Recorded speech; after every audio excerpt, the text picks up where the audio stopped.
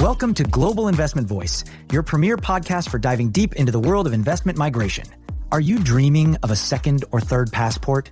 Then join us as we traverse the globe, exploring the ins and outs of the U.S. EB-5 immigrant investor visa, uncover the secrets of golden visas, and delve into the many residency and citizenship by investment programs. Each episode is packed with exclusive insights from top industry experts. Whether you're an investor, developer, or a visionary entrepreneur, we're here to guide you through the complexities of global investment migration. And who better to navigate this journey with than your hosts, the dynamic legal duo of this industry, Mona and Rebecca Singh. Plus, hear directly from a lineup of global investment migration leaders. So, buckle up and tune in to Global Investment Voice, where your global investment journey begins and expands. Hi, everyone. Since October 2023, the rule has been that EB-5 capital must stay invested 2 years. Yes, you heard it right, 2 years. That wasn't what happened before, and we will discuss that very briefly. However, do you get your capital back in 2 years? That's the question that this episode answers. If not 2, then how long, and what has to happen first? So to discuss this with me today, we have a recurring guest. In fact, he's been recurring quite a few times. Manuel Ortiz. He's now Vice President of the Global Business Development at First Pathway Partners, which is a Milwaukee-based EB-5 fund manager and regional center, and it's been around since 2007. Manuel, welcome to our podcast. Hey, Mona, it's so great to be here with you both. Really appreciate the opportunity, and you're correct. My family actually came over from Spain in the 1920s. And oh, wow. It's pretty interesting. When my grandfather wanted to migrate to the U.S., him and his brother both wanted to come.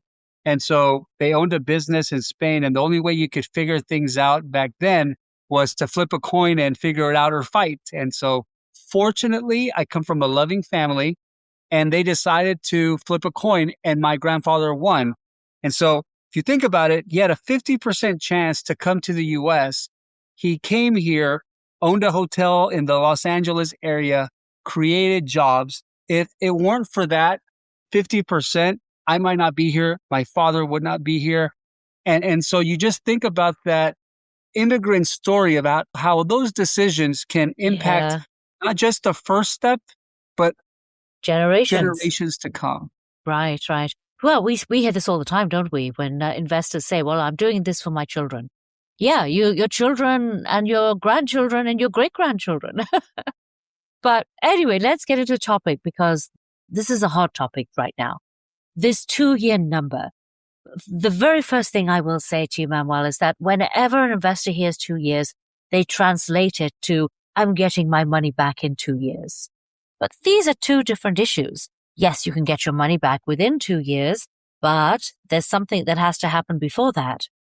Yeah, I think you're exactly right. And oftentimes what investors tend to confuse is that there are two processes moving in parallel, but independent of each other, right? On one side, you have the immigration timeline. On the other side, you have the investment timeline. They move in parallel, but not necessarily together. I think what USCIS did with regard to this guidance is actually great, because it prevents some of the problems of the past where you have the immigration process dictating when investors get their money back. So in a way, they just took that off of the table, which is great. But you also want to make sure that you're invested for a period of time where, one, you're able to maximize the job creation, but number two, not to a point to where you're exiting too early and you're trying to exit an unstabilized asset, for example. Yeah. Or putting the investment at risk a little more than what you need. Yeah, you're right, Manuel. It's a conditional clause that really carries the weight. I mean, 2 years, provided the job creation is done. And as we know, when there's any major kind of project with major construction, there's always delays. So until the construction is done, the jobs are not created. If the jobs are not created, then you're not able to exit out, even if by law you can do. So really, the issue is, what is the rule? What is reality? Yeah, it's 2 years, but what is the reality? Is it 5? Is it 4? What are you actually seeing right now in the market? Now that this rule and timeline has gone on a little bit since the 2022 RIA was actually brought in. I would say the shorter the time frame, right, could typically mean that you may not be taking full advantage of the job creation from an immigration perspective. And then I would say also on the shorter the time frame, right, you may be turning the project into a short-term loan situation inadvertently, which those types of loans will typically carry a higher interest rate because they're typically going to be a little bit riskier. So you don't want to put investors at a higher risk category either. And so what we found to be the most conservative option is to basically get to a point to where the asset is stabilized and you're exiting a stabilized asset. That's going to depend on the project, right? The bigger the project, sometimes that stabilization timeline can be 5 to 7 years. The smaller the project, sometimes you're talking about somewhere in that 4 to 5 year range. And remember, just because it stabilizes and is projected to stabilize in 4 years, like you said, construction may take a little bit longer. So you may need an extra year of cushion. And so it's really important just to look at it from the stabilization standpoint and give yourself a little bit of room to hedge for any type of unforeseen delays. Yeah, it's a very good advice, Manuel. So really, but what you're actually saying indirectly is go for the project where the work has already begun, where construction has already begun. And then, you do have a limited time, unless the language allows you, for investments to come in. So it is tough on the project. Is when do you actually go out and get EB-5? Because a lot of projects need that money from the beginning. They don't need that money halfway through. And then if we're getting it halfway through, is that really helping the community? Is that really job creating? Right. I think you hit the nail on the head. The timing aspect of it is really important. And the further along you move in the timeline, the lower risk the investor is going to have. And so I would say that if you're looking at a project that already has all of the construction approvals and it's moving forward, very quickly, maybe the developer's already put in some equity, I think that's great. But the further you get away from that initial starting point, I think the riskier it can also get on the other side of it. Yeah, that's true. I'm going to sort of lead you in one of those difficult decisions, because we had this argument about a year ago when the industry was split, when IIUSA did start a lawsuit against this proposal because they wanted 5 years. And to be fair to IIUSA, the rationale was, if a project is saying it's going to give you money back in 2 years, it's likely to be more risky. But really, it was because they wanted to make sure that at least each developer had money for 5 years. And I understand that from a developer point of view. It doesn't help an investor's point of view, especially if investors taking a loan out and paying high interest. Right. And so I think the main thing for, as investors are conducting the due diligence process on different types of projects, is just to look at the type of project that it is. How long is it going to take to build? Some projects take 26 months, some take 36 months. Yeah. And just really focusing on that stabilization period and the exit strategy. Sometimes it's a refinance. Sometimes it can be the sale of an asset. It's very hard to predict, as we can see today, where interest rates are going to be tomorrow, right? It's very hard, although the Fed's going to be announcing something today if they haven't already. But it's very hard, right? So that refinance strategy in the future, it's kind of a guess. It's an educated guess, but it's still a guess. And so I would say that the way to consider things is just, or the most conservative way to look at it is just to say, okay, when is this project going to stabilize? Yeah. And is it realistic that we're going to exit at whatever that loan to value actually is? So if I came to you and I said, look, Manuel, with all your experience, because prior to First Pathway, you worked for quite some years with Civitas, and you have a ton of experience in this area. What is an honest 2-year offering? What does that look like? I would say that I've never in my put you on the spot. I've never, yeah, no, but that's okay. I think it's a good spot to be in, because I can honestly say that, the 2-year exits are very rare. I haven't been a part of those, again, because at that point, most of these projects will take 24 to 36 months to build as it is. And you're basically exiting a unstabilized asset. And so even like what they call merchant builders, you build and you sell, you build and you sell, even those, can be considered to be a little riskier. And I just haven't worked in those. But I would say if you're looking at, a quicker exit, I would say that if you're able to exit sometime within the 4 and the 5 year range, and if you have a little bit of a room of hedging, just a little bit of a cushion if there's a construction delay, I think that would be a realistic target. Yeah, I happen to agree with you. And those are the projects which, again, take the money in when they need it.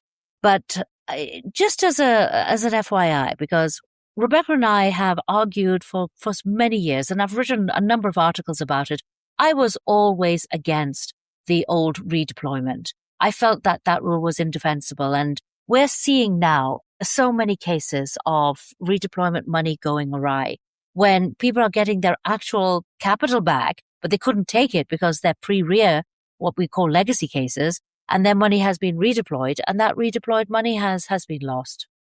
There are countless examples of investors making great investment decisions. Yeah, initially. Right, initially, and then unable to get a return of capital because of the requirement of having their funds invested throughout the immigration process. And so they get redeployed into a new type of project. And I'll tell you too, another important thing that I think is often missed in that is that the options that are typically available there are new construction projects. And again, those new construction projects are typically going to be the higher risk category. And so they made an initial great decision. They go into something else. The macro economy changes and they end up losing their capital. And so that's kind of something that I truly do believe USCIS was trying to disconnect from and saying, hey, we're just going to take this off the table, which is great. But what you don't want to do is get to a point to where investors are getting mixed signals and overcorrecting and saying, well, now I should get it back in 2 years, when that creates a whole host of other issues as well. Yeah. I mean, look, the project did everything it promised. The jobs were created. The loan was repaid, but the investor still could not have his money back. Do you know how often redeployed capital just simply does not come back? It's hard to say because there's no data on that. That's true. And, that's true. That could be the only data is litigation. Yeah. I mean, that could be a really good, project for IUSA as well, for some of these other organizations to look into. But really going into the future, it's going to be more important to just focus on quality due diligence, exiting stabilized assets. And, with this new guidance that USCIS has put out, hopefully that is off the table now, which is, I think, better for investors. All right. So here we have the other big question for you, Ben. And I know Are you going to put me on the spot again, Mona? I'm going to put you on the spot a couple of more times in this episode. But here we go. This is a difficult question. I get it, but we would love to hear your views on it. In a project, when a developer is talking about the return of capital, and they give various options like refinance, sale, or cash flow. Take the most common case. The EB-5 loan will mature. Everyone expects a refinance to repay it. Put us in the same room as the bank. What should we be familiar with? What should we see? Or what should we know about? I would be very careful to focus on percentages because, and I'll give you a perfect example. Sometimes people focus on loan to cost. Sometimes people focus on loan to value. Yeah. And you focus on, hey, loan to cost should be no more than 55% and loan to value should be 50% or something like that. But the reality of it is that, let's say you're at a 25% loan to cost. It sounds great, but if you're 25% of an asset that's worth nothing, you're 25% of nothing, right? So I would say, it's really important to focus on what is the actual business thesis behind this asset? Why are they doing it? Is this value realistic? Has this been independently verified by, let's say, an appraisal company like HVS or something like that? And how did they arrive at that future loan to value number? So if you're like at a 50% loan to value, for example, on a hotel, was that 50% loan to value based on 80% occupancy, 90% occupancy, or 50% occupancy, right? Because those valuations into the future are based on the assumptions that they're making. And sometimes if your assumptions are really aggressive, that value is going to look great. So it's just really important to have most of the numbers that are out there independently verified, because the developer is going to look at a project like it's their baby, right? Like, Yeah. and the baby's perfect. It has no blemishes. It's the most beautiful thing, but you need to have an independent party verify that. And I think that's kind of sometimes where some of these projects don't have that. Yeah, maybe they don't want that all either, Manuel. But it's going back to common sense, location, and how popular that project is. If we're talking about a hotel, for example, and let me ask you though, if refinance is not in the mix, what other options are there for an investor to get their money back? This is why the loan to value is so important, because you can also sell an asset. For example, if the EB-5, for example, is in a senior loan position and the loan to value is 50%, right? And let's say that the loan is $50 to $100 value. Well, if there's a default, for example, or something like that, you could sell the asset at $80 and still feel comfortable that you're going to recuperate the 50, or you could sell it at $75 and still feel comfortable you're going to get the 50.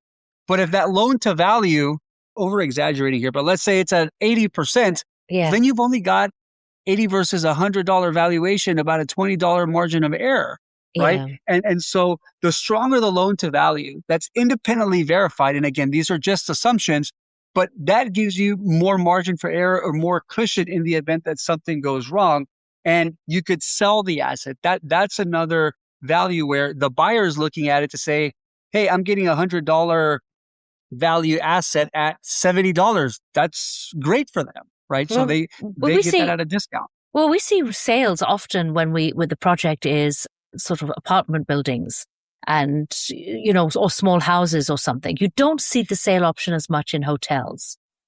So I would say that typically a buyer for a hotel would be an institutional buyer, or you would have REIT that do that. Sometimes these major brands will take over a boutique hotel, for example. I would say that part of the reason that you're not seeing just U.S. real estate in general, a lot of exits as you would typically see right now, is because interest rates are a little bit higher than what you would like. So they call that trade. So interest rates are a little higher. So you're not seeing trade volume like you did in a pre-pandemic environment. So you may be having strongly performing assets, so assets that are performing really well, but a buyer's not going to buy right now because their debt cost is going to be high because interest rates are high. And I'll tell you too that one of the disconnects that people don't usually make with this is that a high interest rate environment is really good for EB-5, because now investors and regional centers can compete with traditional lenders for senior loans. So it's great. High interest rate is great for new projects, but a high interest rate market is not good for old projects, right? Your exits, because you're unable to exit some of those older assets. What happens when interest rates drop, right? A low interest rate market for new projects, you may see more mezzanine deals. You may see more equity deals, but you're also, for the old projects, you're going to see more exits because people are buying and selling assets because you have lower debt costs, right? So it's a little bit of a different cycle for different things. Fascinating. I mean, I really enjoy your insight on this, Manuel. And what I'm really going to ask you now, which I'm sure, people are waiting for this. Would your answer make any difference if the project was in rural or in urban? That is the big deal right now with all the run after rural. So I would say, being in the business, going back to 2013, we've all seen different cycles. And, starting my career in finance, for example, in 2003, dot-com bust, finishing my MBA in 2008, 2009, Great Recession, starting in EB-5 in 2013. Volume was really high. All of these different cycles, seen many different types of projects. If you look at projects that have not worked well historically. I mean, just by virtue of the definition of how the EB-5 program was structured pre-RIA, they were all urban, right? So you've had failures in projects that are urban historically. So I do think that sometimes when you look at some of these chat groups, whether it's WhatsApp or any other social media platform, you start hearing just chatter from, what I would call the social media trolls that'll say, hey, you want to invest in urban because it's safer. That's not necessarily so. And it really goes back to evaluating the underlying asset, the value of that, the business thesis. Why are we doing this? And what value is actually going to be there in the next 3 to 5 years, right? That's really what makes the difference. Location in real estate is the most important thing, but there are good locations in rural areas as well. There are quality assets in rural areas as well. For us at FPP, we've had, I would say, 2 projects in rural areas. We may have one more coming up, but you're talking about 3 since 2022. And there are, some companies that have had more than 10 rural projects. I'll tell you, just from our side of it and our underwriters, it's very hard to find one, right? So, I think that's a really important thing to keep in mind. It's going to be harder to find the good ones, but that doesn't mean that there aren't any good ones. No, I do agree with you. I mean, even though Rebecca and I have argued in the past, and we've argued on this podcast that the urban TEA tends to be better capitalized. But what I have seen is that, what really does travel with the geography is the asset mix. So you have rural offerings, which are really skewed towards resort, ski developments, lake developments, food processing, all that type of stuff. And then the urban high unemployment areas, which are really skewed towards hotels, multifamily, mixed use. So they're different assets, and they obviously have structurally different repayment mechanics. But as we come towards the end of our podcast, I'm going to go back to the beginning. Realistically then, 2 years, 3 years, 4 years, or 5 years? What's the realistic number for repayment? So I would just say it does depend on the asset, but if you were to pin me somewhere, if you're talking about a mid-size project, I would say that, you would want to maybe look somewhere in the 4 to 5 year range, maybe 6 year maximum, somewhere in that window, I think would be important. But it really just depends on the size of the project. But I would say a mid-sized project like that would be a realistic time frame. The size and how far the project has moved along in construction, is that an important factor? I would say that the timing of even when you get into something, so if you get midway into the construction process, you're going to have a quicker time to stabilization because obviously you save some time. But then, we would leave it to the experts like you on the immigration side to say, hey, there is a job nexus here. No, there's not. No, there is risk that this project is going to get approved or not. So I think there you get into more immigration topics and immigration risk. I would say on the investment side, sure. If you're able to get into a project that is a little further advanced, maybe that time frame could get a little bit shorter, but you would have to assess that doesn't put you at higher risk on the immigration side. Remember, you've got the immigration process and the investment process moving in parallel, but they're independent of each other. Manuel, thank you for your insights. We look forward to having you back and discussing the next interesting topic. Manuel, how did thank this you. Go by so fast? You put me on the hot spot so much, it just went by so fast. So I really appreciate your time. It was great to be here and have this discussion with you at a crucial time. It's the best time for EB-5. Processing times are moving really fast. We have the September deadline coming up as well. And so I'll tell you, it's just a really good time for EB-5. And that's a wrap on today's episode of Global Investment Voice. A huge thank you to all our listeners for tuning in and sharing this journey with us. Curious about unlocking the potential of global migration and citizenship? Make sure to visit us online at mshawlaw.com and globalinvestmentvoice.com. Dive into our extensive library of podcast episodes. Stay ahead with the latest in migration news by signing up for our insider newsletter. Don't forget to connect with us on social media. Find us on LinkedIn, Instagram, and Facebook to keep the conversation going. Remember, the insights shared in our podcast are for informational purposes only, so please seek tailored legal, financial, or investment advice where needed. Thanks again for listening, and until next time, keep investing smart and living well with Global Investment Voice. We'll see you on the next episode.